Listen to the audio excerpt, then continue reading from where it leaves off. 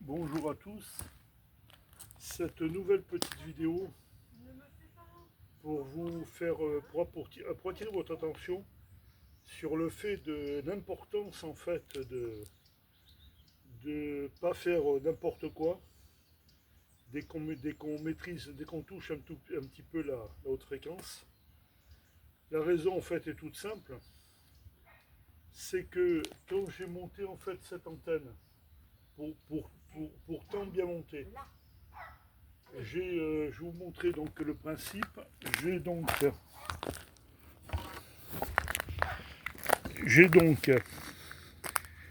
On reprend les éléments. J'ai donc mis ici mon tube qui est là, qui est isolé par rapport au tube ici, par rapport à des bagues ici faites en PLA.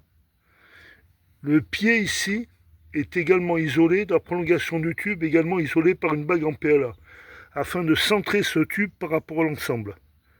Bon, là on se suit, rien de bien particulier. Ici, on continue. À la base, j'avais monté ce tube-là, donc qui est le département antenne. Ce tube-là, je l'ai monté donc à l'intérieur de ce tube-là. Donc à nouveau, la même configuration qu'en bas, en fait, c'est simplement un déport du bas en point haut. Donc ce tube-là, mis à l'intérieur de cet ensemble-là, pour être conservé en fait la ligne, pour être parfaitement en ligne. D'accord, jusque-là, vous me suivez. Alors, ce qui se passe, c'est que ce tube ici, et donc on met la base de l'antenne, je l'ai mise donc dans le tube rouge là que l'on voit, bien centré à partir d'une bague qui était au centre. Ensuite, jusque-là, rien de bien particulier. Le gros problème qui se passe, c'est que je travaillais avec environ 80 watts HF, principalement, on va dire, sur la bande de 10 mètres. Tout comptant, en fait, alors que j'avais pas fait du tout de réglage, l'antenne, en fait, était normalement à la base pré-réglée. Donc, rien de bien spécial. Donc, tout comptant, en fait, à peine passé en émission, j'ai fait le Canada, VA3, BAM ou BOM, je crois, de mémoire. Deuxième station, Chypre, donc en Égypte, donc ça marchait plutôt bien. Et troisième station, bon, une station russe. Et ensuite, je décide donc de rejoindre les collègues pour discuter de tout et de rien à côté. Et au moment où j'ai voulu en fait reprendre mon émission, je m'apercevais que malgré des signaux en fait QRO, malheureusement, je n'étais plus entendu. Bon, donc de là, je ne m'inquiète pas outre mesure. Je pense que c'est un problème de propagation. Jusque-là, pas de problème particulier. Où ça commence, où arrive mon cri d'alerte, c'est qu'en fait, en démontant mon ensemble le soir, la fin d'après-midi arrivant, en démontant en fait mon ensemble le soir, on se suit. J'ai ce tube-là qui était isolé là-dedans, dans ce tube-là, en ligne, par une bague en PLA. Bon, donc bien centré en ce tube qui me permettait en fait d'avoir une continuation logique ici de mécanique du tube. Le tube ici en aluminium. Ici, cette pièce bien centrée avec une bague ici au centre et une bague qui vient réceptionner ici mon tube en aluminium. Quand le soir j'ai démonté, je suis tombé sur la catastrophe, sur l'anomalie suivante, d'où cette petite vidéo. Je suis tombé là-dessus.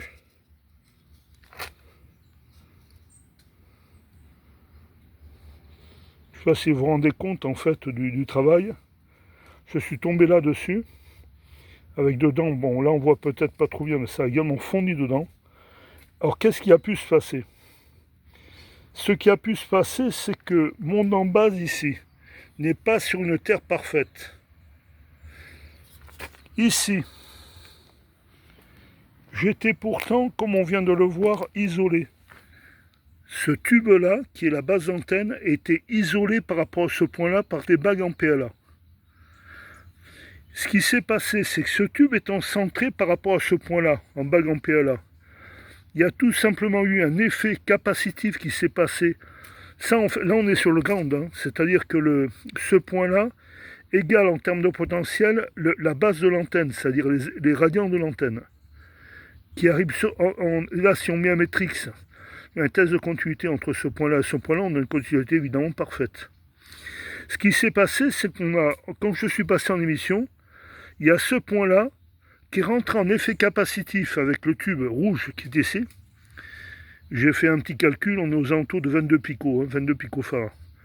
Il y a un effet capacitif, comme vous le savez, donc là on est non seulement en alternatif, on est surtout en haute fréquence. On a établi en fait tout simplement un court jus parfait. Comme, encore une fois, ce point-là était isolé au centre là-dessus, donc on a créé en fait un condensateur à air tout simplement. On établit en fait sur la haute fréquence un court-circuit entre ces deux points. On met ces deux points au même potentiel. On descend par le biais de la conduction du tube en aluminium. On arrive ici sur ce tube-là. Cette pièce-là, en fait, était la pièce qui était ici très précisément, qui réceptionnait le point bas en fait de mon tube en aluminium.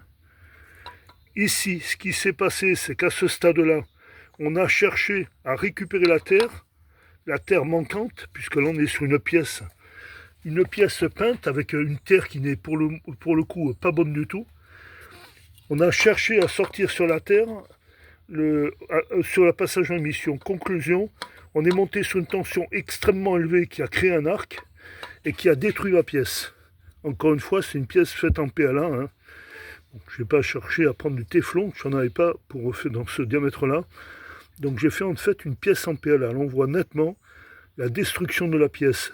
Alors, ce qui veut dire également que, en passant en émission, au moment même où j'étais en train de passer en émission, ce tube-là, si j'avais un enfant ou pas un enfant, enfin une personne physique qui venait mettre la main sur ce tube-là, ça m'aurait posé quelques problèmes. Donc extrêmement dangereux en fait et courant le principe en fait du capacitif qui est passé sur le tube et qui est venu en fait créer l'effet d'amorçage en bas. Vous voyez, on voit bien l'effet d'amorçage. Alors ça, c'est super important à prendre en compte pour vos réalisations diverses et variées. Donc, alors qu'est-ce qu'il faut faire en fait pour éviter ce genre de problème? Tout simplement mettre